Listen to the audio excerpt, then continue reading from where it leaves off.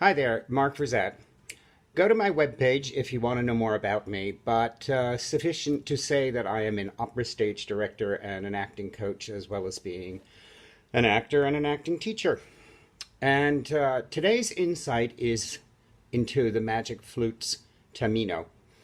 Now, I have been doing a series of insights on people that I consider to be problems. So I do consider Tamino to be a problem. Perhaps you don't. Perhaps in my long and distinguished career, I have directed Magic Flute, I think, 3 times, and 3 times I really didn't pay an awful lot of attention to what exactly is going on for him. It always seemed to me that Tamino had the rougher road to go through, and Tamino just sort of shows up and keeps showing up until the end of the opera. But you know, a wonderful tenor brought Tamino to me to coach, and coaching is very different than staging an opera, especially in today's culture where it seems to be get the opera up on its feet as quickly as possible because opera companies don't have any money. And so the less time you take, the less expensive it is. But taking the character apart for a coaching revealed all kinds of stuff to me, and that's what I want to share with you. All right, look at the face of it. He's a handsome prince, and he falls in love with a princess who is a damsel in distress, and he goes and he rescues her, and they love each other and they live happily ever after. And that seems to be pretty much all there is to it. Now, there's not a particularly deep, nor in my opinion a particularly appealing characterization. So why don't we just go through this guy's journey from the very beginning and discover what happens along the way. The first time we see him, right at the top of the opera, he's being pursued by what he calls a listige Schlange, a cunning snake. Okay, now research, psychological research, has yielded the information that probably fear of snakes is part of our DNA. As a matter of fact, it is believed that the eye of primates, from which we're descended, developed the ability to see three-dimensionally and in color for the primary purpose of being able to avoid snakes. Let's not forget that snakes, well, there was a snake in the Bible that deceived Eve into thinking that if she ate the fruit of this particular tree, she would receive wisdom. So snakes, right away, we know are to be feared, and snakes are deceptive. Well, Tamino faints, and 3 ladies show up and they kill the snake, and then they leave him alone for a little while. And the first words out of his mouth when he wakes up is, "Where am I? What happened? How is it that the snake is dead? Where am I?" Then Papageno, this man shows up with a panpipe who whistles to birds and claims that they understand him. And they start asking each other questions. And what we find out is that Tamino is a prince, that his father is still alive and a king who rules, he says, over many, many lands and many people. And so what it seems to me to be the case that Tamino has reached manhood, and now it's time for him to go out into the world and, since this is a fairy tale, to seek his fortune. All right, quick word about fairy tales. They're constructed to teach people how to recognize good from evil and to make the right choices in life so that you come to a happy conclusion in your life. Okay, so yes, we know that the magic flute is a fairy tale and that it's a metaphor for life in general, but let's go back to our story. So Tamino is seeking his fortune, and the first thing that's happened to him is he was the first trial that he met was he went out into the world and danger almost killed him. So his waking up in this foreign world to him says to me that what he's doing metaphorically is waking up for the first time to what the world and life really holds. The three ladies give him a picture of a girl they call Pamina. And so the Pamina Tamino parallel leads me to believe that they're destined to be with each other. And he feels for the first time the impulse of love, and the three ladies tell him that a powerful evil demon has captured her, and Tamino, believing what he hears, decides then and there that he's going to go and rescue her without really having any idea where she is or what it is that he's going to be up against. The Queen of the Night shows up, and she tells him the story of how Tamino was kidnapped by an evil being and that her power was too weak to help her. Can we just put a pin in that for a second? If she's the Queen of the Night, that says to me that that's a pretty big power. But Tamino doesn't question that. He just feels this empathy, this pain that they both went through, believes what it is that the Queen is telling him. So Tamino has this pattern, which is people tell him things and he believes them.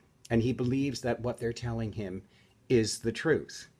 Now, in a completely other insight, I'm not going to tell you that the Queen of the Night is manipulating Tamino, because in another insight about the Queen, you could look it up, I really understand her side of things. But at the moment, let's just say she tells him what will benefit her if he believes her. And the three ladies give him a magic flute, and they give some magic bells to Papageno, and they say that they will protect them on their journey. They also give them three boys to act as guides.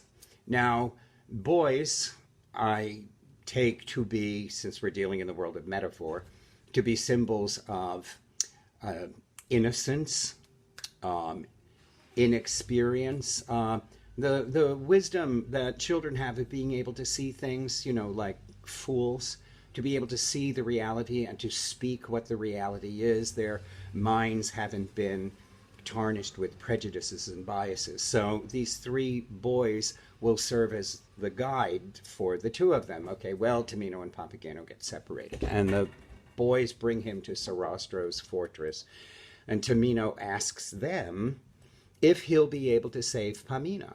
And they answer him saying, this is not up to us to tell you the outcome here, which is very interesting because they're the only people that Tamino has met so far who haven't been willing to tell him things that they want him to believe.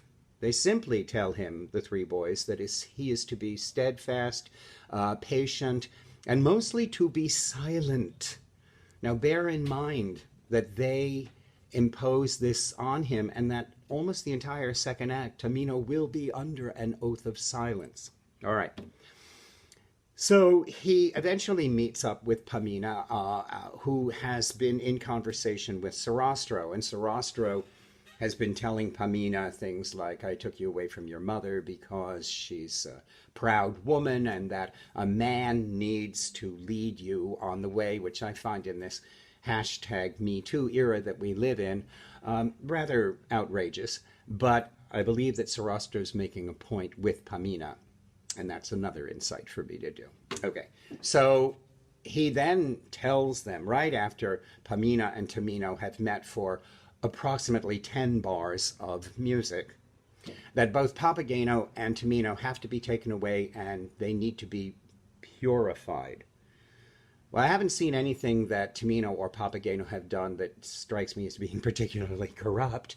So this purification, I'm beginning to think that since both of them, Papageno and Tamino, believe what people tell them, scares Papageno to death, makes Tamino go out and want to fight not only this evil person whom he discovers from the speaker is actually a wise man who leads an order of friendship, leaving Tamino to wonder if everything is hypocrisy.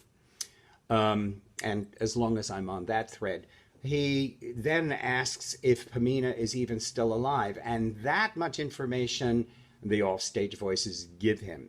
They can't tell him if he's going to be able to save her, but they can tell him that she is still alive, and that's enough to make him play his magic flute, attracts animals, and this is about all the power that he thinks the magic flute has, which is music hath charm to soothe the savage beast. All right, so Papageno and Tamino are led off to be purified. And the first trial that they face is the three ladies show up.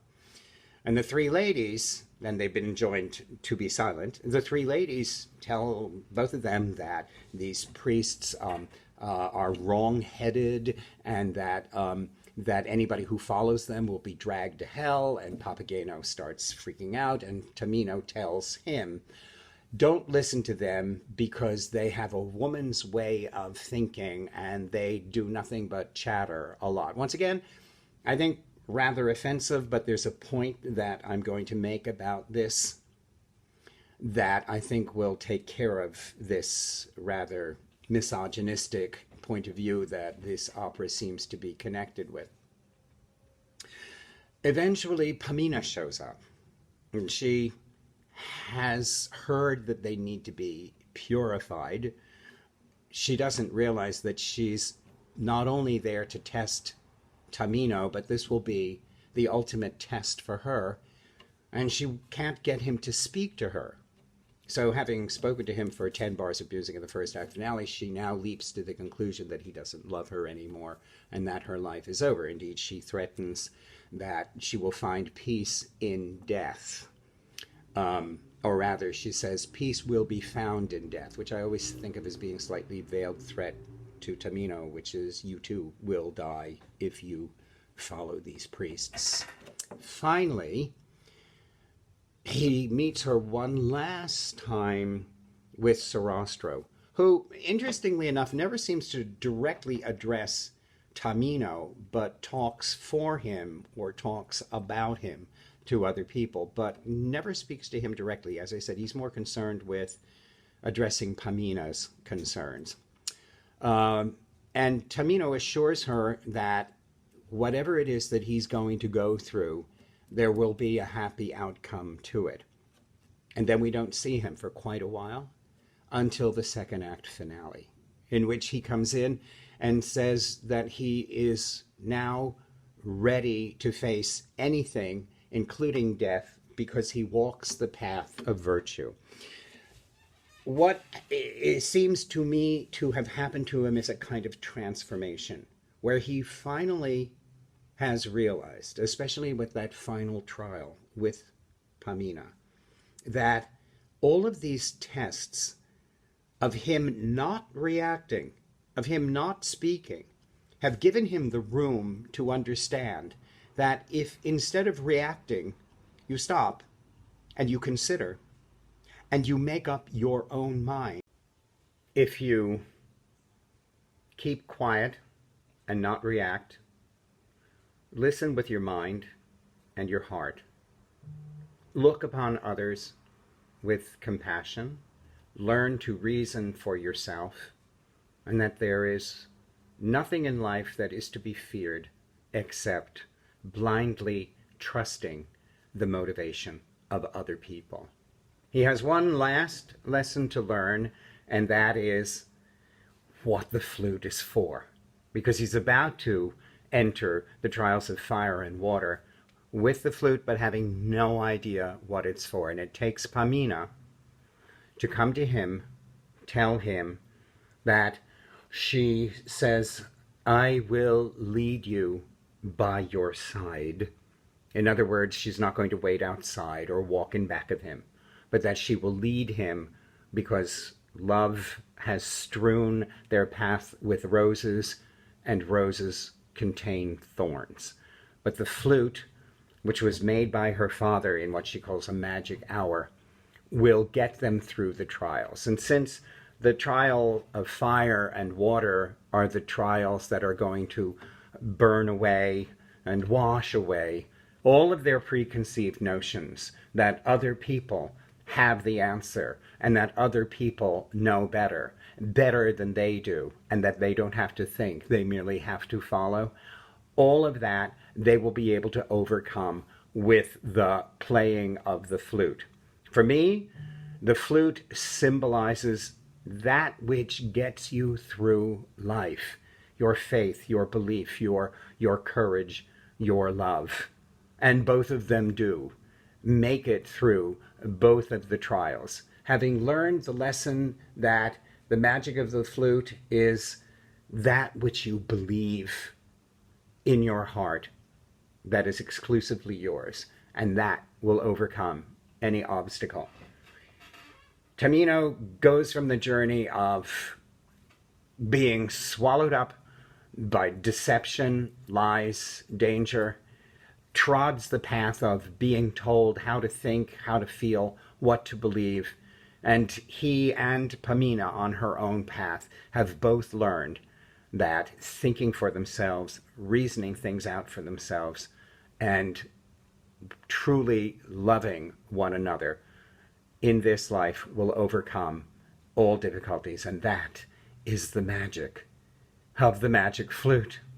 So, all right, it looks like I have a couple of other people to deal with in this opera. Sarastro and Papageno will be next on my list.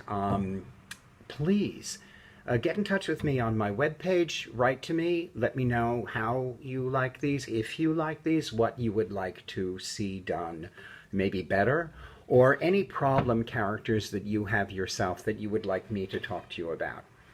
I'm only too happy to work with you in my studio in New York or right here online. You can Skype me, you can FaceTime me, and we can get to work on your characterizations, your insights. Looking forward to seeing you again here. Take care. Don't forget to subscribe.